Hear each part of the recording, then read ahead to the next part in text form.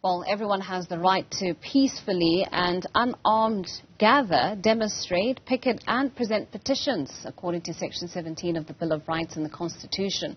According to Section 17 of the South African Police Services Act, number 68, the National Police Commissioner, who has the authority to send out the National Public Order Policing Unit, shall establish and maintain a public order policing unit. However, over the past few years, we've seen protests turn deadly in the presence of police, sometimes even at the hands of police officials. The 2009 Marikana Massacre being the case in point.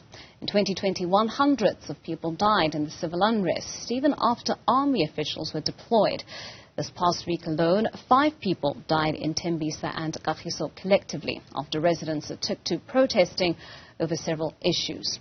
But the question is, why do people keep getting killed at public protests, even in the presence of police officers?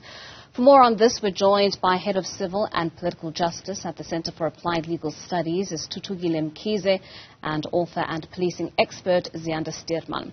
Thank you to both our guests for joining us this morning. Ziyanda, I'd like to start the conversation with you, in fact, and actually ask you to sort of just rate the level of policing that we saw this week at the Tembisa protest and the Kagiso shutdown held by protesters and residents. Ziyanda?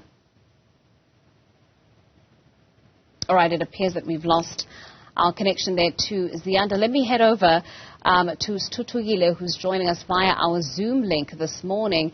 Stutugile, just talk to us about your observations of the protests that we saw this week and the level of policing that we saw. A lot of criticism being leveled against police officers for their lack of visibility. We certainly saw media presence, but there was a lack of police visibility in a lot of these violent incidents.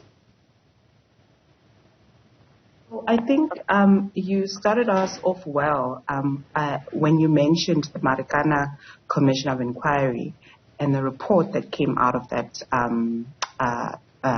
commission. So that sort of reminds us of obviously the tragic events that happened there, but also the good outcomes that came out of that commission, and one of them being a panel of experts to be set up in order to look more into the issue of public order policing.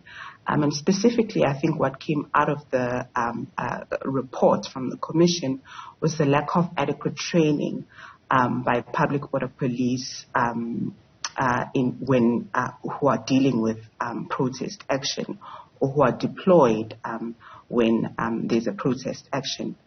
And I think what we've seen over the years, and at least in this recent protest, is still the lack of adequate training, and the sort of the lack of people-centered approach, at least by police officers, and because we know that we're all aware that they're supposed to be providing us a protection service or a service when in any scenario, but especially for this instance during a protest. And it's unfortunate that we continue seeing death incidents, as you've said, sometimes in the hands of the police officers. So one wonders what happened out of or from the recommendations made by the panel of experts, which came from the Marikana Commission. What has really happened? Are we having a police service that is, and when insofar as public order police are concerned, are we having a service that's people-centered and that aims to provide police, a police service, protection service rather? And also I think another aspect, I know it's a difficult sort of job for public order policing, because on the one hand, you sort of want to ensure that people who are there, whether protesting or not, even bystanders, are protected. But on the other hand, you also need to ensure that the crowd is managed adequately. It's a different balancing exercise, but if you are adequately trained to do so, it shouldn't be that much of a difficult task. Well, Zianda, I see we have you back on the line. Hopefully you can hear me now. Stutugile has outlined for us some of the inadequacies that she observed during this past week of violent protests in Tembisa and Kagiso, noting inadequacies in training, noting inadequacies in the approach of a lot of these police officers, not having much of a people-centered approach. And I wonder, just from your observation, what you noted from what we saw this week, because there was a lot of criticism leveled against the police top brass, with regards to a lack of police visibility. And even at some point, we had the Deputy National Police Commissioner, Musikidi, certainly admitting to having been overwhelmed as police during the public order policing that happened this week. So just take us through your observations and what you saw in terms of gaps and fault lines. Yeah, so glad to be back. But, I would very largely agree with Tutugile's assessment, of the situation. Completely correct that the approach taken during this past few weeks and few days of unrest has really shown that the police haven't been people-centered and has shown the real cleavages in the availability of public order policing, both training and resources. We've known for a while that, the public order policing capacity has deteriorated over years, and there aren't enough officers who are well trained in that particular type of policing. And I think what we're then seeing is what we see in other parts of the country as well, this first resort to stun grenades and tear gas and rubber bullets, which make it incredibly difficult or even escalate the situation, as opposed to bringing it down and de-escalating to a point where, as Tutugile said as well, where you can balance really the right of people to air their grievances and to air their frustrations, as well as public safety. I would agree with the Deputy Minister that this is a situation within which, the SAPS has been overwhelmed, and they really have been overwhelmed by people's frustration and anger, both at their situation as well as the inadequacies of the police really boiling over.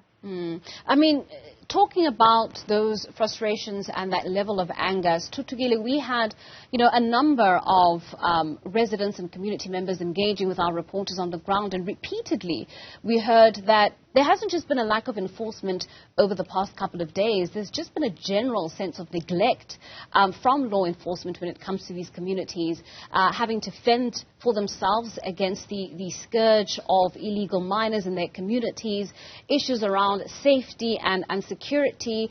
I want you to talk to us about sort of the historical problems and challenges that we've been seeing creeping up in a lot of these protests.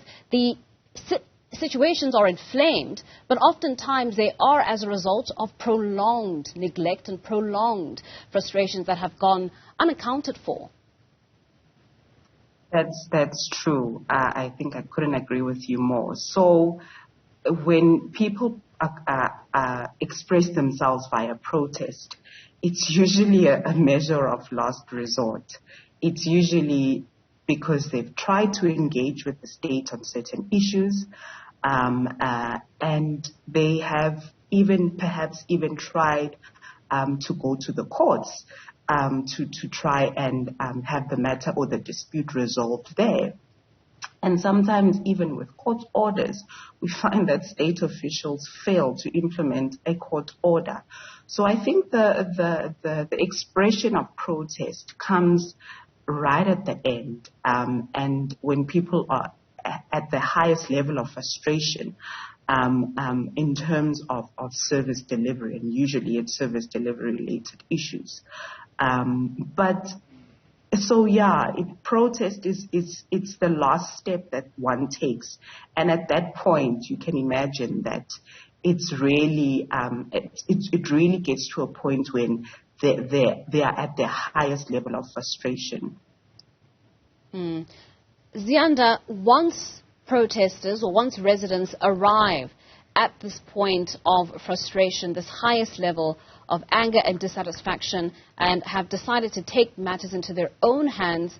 What's the appropriate response from law enforcement in incidents like this? We heard the police minister talking of additional police officers that are being trained and that will soon be deployed to a number of policing stations to help bolster policing efforts. This doesn't seem to be resonating with community members. It doesn't seem to be helping to sort of abate some of the tensions that we've been seeing. So what is the appropriate response once we see communities arriving at this level of dissatisfaction? Yeah, I think those are all really good points to make, and I think importantly, what the police minister is really missing here is that people aren't asking for more police officers, more boots on the ground, more guns or more bullets available to the police. What they're asking is for a rebuilding of trust between their community and their local law enforcement officials. Once I think communities have arrived at again this point of frustration and anger, what really needs to happen is that there needs to be a prioritization of proper communication with community members, and really having local station leadership sit down with local community members to ask the communities themselves, where can we intervene? How can we help? Because this idea that the police do policing on their own, or that they can facilitate public safety on their own, I think is a very outdated way to look at the situation. Yes, it's a good thing that there'll be more police resources available to these communities in the short term, but that doesn't mean that that's a particularly sustainable option. If those officers are being redeployed from elsewhere, they're not going to stay there permanently. What this moment does allow for is really the local police leadership to sit down and engage with the community and best understand, how they can intervene in a way that is sustainable, that's long-term, and that co-creates public safety with the local community. Indeed, a collaboration between police and the communities they serve. I want to thank both our guests for joining us this morning to help us have that conversation. That was head of Civil and Political Justice at the Center for Applied Legal Studies, Tutugile Mkhize, and author and policing expert Ziyanda Stearman.